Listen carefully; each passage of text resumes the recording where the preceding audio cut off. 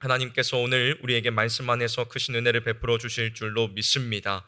오늘 말씀의 제목은 위기의 나라에 일하시는 하나님을 바라보라 라는 제목으로 말씀을 함께 나누어 보도록 하겠습니다. 심리학자 마틴 셀리그만이라는 사람은 학습된 무기력이라는 매우 날카로운 통찰을 제시하였습니다. 이 학습된 무기력이라는 것은 무엇이냐면 피할 수 없는 스트레스나 감당하기 힘든 위기의 상황이 반복적으로 주어지면 사람은 결국 상황을 극복하려는 의지 자체를 상실하게 된다는 이론입니다. 나중에는 충분히 빠져나갈 수 있는 길이 열려 있음에도 불구하고 어차피 안 될 것이라 지레 포기하며 절망의 자리에 그대로 주저앉아 버리는 무서운 현상을 뜻하는 것입니다.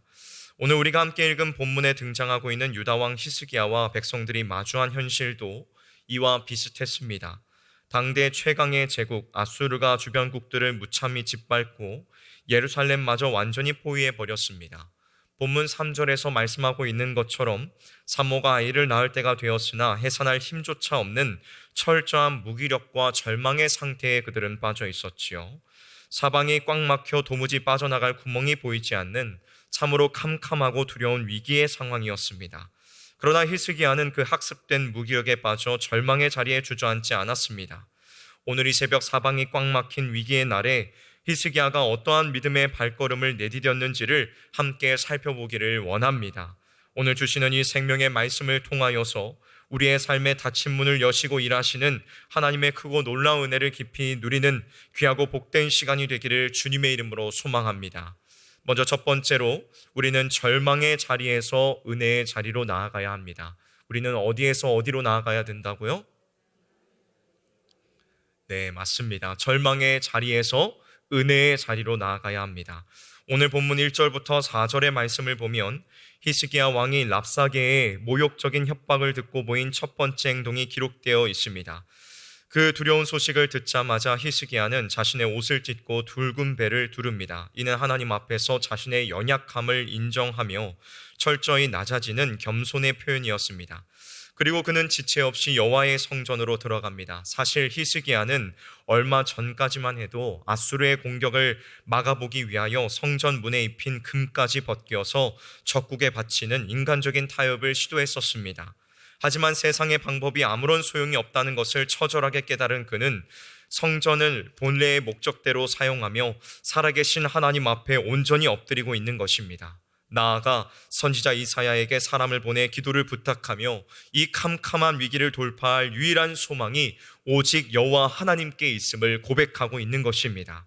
사랑하는 성실의 성도 여러분, 거대한 삶의 위기가 닥쳐왔을 때에 우리는 과연 어떠한 자리로 나아가고 있습니까?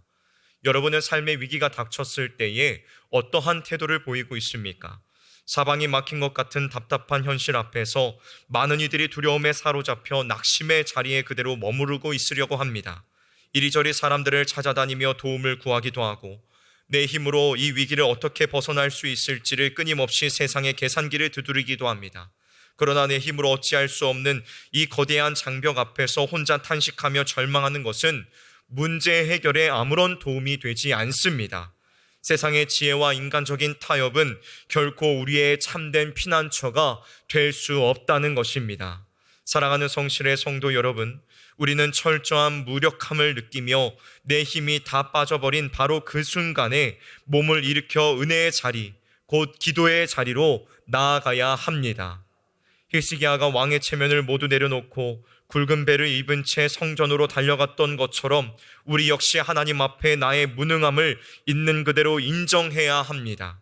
해결되지 않는 삶의 문제들과 답답한 현실을 스스로 짊어지려 하지 마시고 살아계신 하나님 앞에 남김없이 펼쳐 놓으시기를 주님의 이름으로 축원합니다. 움켜쥐고 있었던 인간적인 계산들과 세상의 헛된 방법들을 모두 내려놓고 전능하신 하나님께 간절히 부르짖으십시오.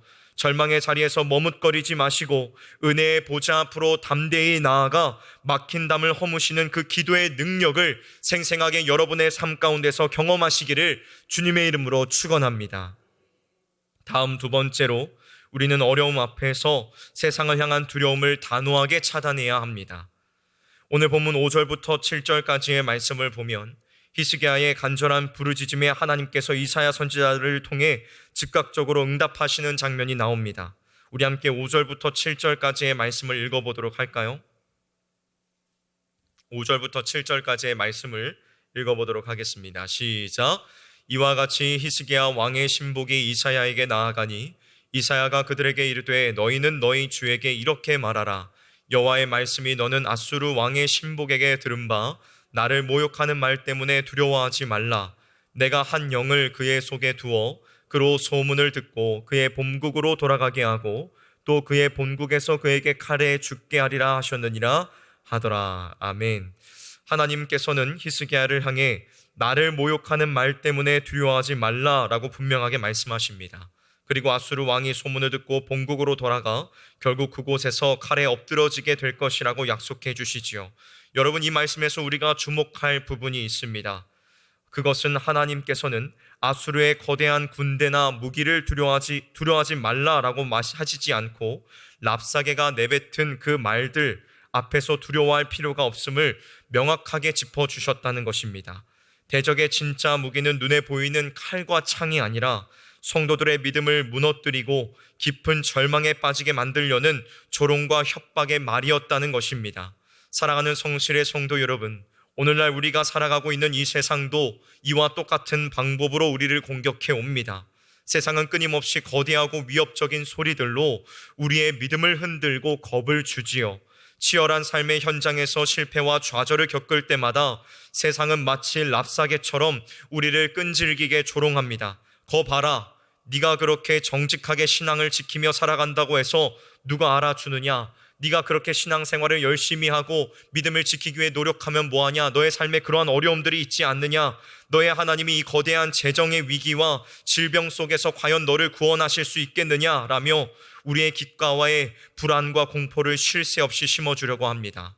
눈앞에 펼쳐진 거대한 현실의 장벽과 차가운 세상의 평가 앞에 서면 어느새 우리 마음속에는 하나님을 향한 굳건한 신뢰 대신에 걷잡을 수 없는 두려움이 자리 잡게 되지요. 그러나 사랑하는 성도 여러분, 우리는 결코 눈에 보이는 현실의 크기나 귀에 들리는 위협적인 세상 소리에 속아서는 안 됩니다.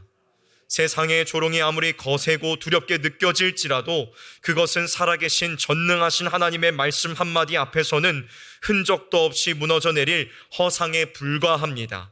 이제는 세상을 향한 모든 두려움의 통로를 단호하게 차단하시기를 주님의 이름으로 축원합니다. 내 마음을 흔드는 부정적인 소리들과 거짓된 위협들에 과감하게 귀를 닫으십시오. 상황이 어두울수록 세상의 시끄러운 소리를 멀리하고 두려워하지 말라, 내가 너와 함께한다 라고 말씀하시는 하나님의 이 변함없는 약속에만 온전히 귀를 기울이셔야만 합니다. 세상의 거센 위협 앞에서도 흔들림 없는 믿음의 방패를 굳게 들고 살아계신 하나님의 말씀만을 붙잡아 매일의 삶 속에서 넉넉히 승리하는 저와 여러분들이 되시기를 주님의 이름으로 축원합니다. 마지막 세 번째로, 우리는 보이지 않게 일하시는 그 하나님을 굳게 신뢰해야 합니다. 오늘 본문 8절에서 13절 말씀을 보면 하나님의 확실한 응답이 주어졌음에도 불구하고 히스기야의 눈앞에 놓인 현실은 금방 달라지지 않았음을 보게 됩니다. 랍사게의 군대가 잠시 물러가는 듯 했지만 그것은 위기의 끝이 아니었습니다. 오히려 아수르 왕 사네립은 구스 왕 디르하가가 참전한다는 소식을 듣고 유다를 향해 더욱 악독한 편지를 보내며 히스기야를 거세게 압박해 왔습니다. 당장 눈에 띄는 기적은 일어나지 않고 도리어 대적의 위협이 가중되며 상황은 더욱 악화되는 것처럼 보였습니다. 비록 눈에 보이는 기적은 당장 나타나지 않았지만 우리가 결코 놓치지 말아야 할 놀라운 사실이 여기에 담겨져 있습니다. 아수르 왕의 계획이 틀어지고 군대가 림나로 이동하며 애굽 연합군이 움직이게 된 그 모든 거대한 역사의 배후에는 이미 유다를 구원하시기 위하여 일하고 계시는 하나님의 주권적인 손길이 있었다는 것입니다. 주 안에 사랑하는 성도 여러분, 우리가 눈물의 기도의 자리로 나아가고 하나님의 약속을 굳게 붙잡았음에도 불구하고 여전히 현실의 벽이 높고 문제가 속히 해결되지 않아 깊은 답답함을 느낄 때가 참으로 많습니다. 간절히 부르짖었는데도 내 삶의 상황이 전혀 나아지지 않고 오히려 아수르의 협박 편지처럼 더 큰 위기가 몰아치는 것 같아 두려울 때도 있습니다. 때로는 하나님의 일하심이 너무 더디게 느껴져서 마음속에 조급함과 회의함이 밀려오기도 합니다. 그러나 사랑하는 성도 여러분, 내 육신의 눈에 당장 구원의 징조가 보이지 않는다고 해서 하나님께서 일하시지 않는 것이 아닙니다. 하나님께서는 우리가 다 헤아릴 수 없는 완전한 지혜로 우리가 감히 상상할 수도 없는 크고 놀라운 구원의 역사를 멈춤 없이 진행하고 계십니다. 세상의 거대한 제국과 역사를 주관하시는 그 전능하신 하나님께서 지금 이 순간에도 한치의 오차 없이 우리의 삶을 가장 복되고 선한 길로 인도하고 계심을 우리는 확신해야 합니다. 눈앞의 상황이 당장 내 뜻대로 흘러가지 않는다고 해서 조급해하거나 불안해하지 마십시오. 모든 것을 합력하여 가장 완벽한 선을 이루시는 하나님의 절대 주권을 끝까지 신뢰하시기를 주님의 이름으로 축원합니다. 응답이 더디게 느껴지는 그러한 막막한 시간 속에서도 묵묵히 믿음의 자리를 지켜내며 보이지 않는 곳에서 나를 위하여 일하시는 하나님의 위대한 기적을 마침내 경험하는 저와 여러분이 되시기를 주님의 이름으로 간절히 축원합니다. 말씀을 마무리하도록 하겠습니다. 눈에 보이지 않는 절망의 한가운데에서 하나님이 가장 위대하게 일하셨던 현장이 있습니다. 바로 예수 그리스도의 십자가입니다. 세상은 십자가에 달리신 예수님을 향해 네가 만일 하나님의 아들이거든 거기서 내려와 보라 라고 말하며 오늘 본문의 랍사기와 같이 조롱하고 모욕했습니다. 사람들의 눈으로 보기에 십자가는 완전한 실패요, 철저히 버림받은 가장 무기력한 절망의 자리처럼 보였습니다. 그러나 하나님께서는 그 캄캄한 십자가의 죽음 너머에서 우리의 모든 죄를 도말하시고 영원한 생명을 주시는 가장 위대하고 완벽한 구원의 역사를 완성하고 계셨습니다. 사랑하는 성도 여러분, 사방이 막혀버린 것 같은 현실의 무기력함 속에서 결코 헤매지 마십시오. 오늘 우리를 위협하고 조롱하는 삶의 수많은 대적들 앞에서 나를 살리시기 위하여 생명을 내어주신 예수 그리스도의 그 십자가를 굳게 바라보시기를 주님의 이름으로 축원합니다. 그 십자가의 능력이 오늘도 우리의 삶의 모든 막힌 담을 헐고 참된 승리를 가져다 줄 것입니다. 위기의 날에 살아계신 하나님을 바라보며 간절하게 그분 앞에 나아가 기도하십시오.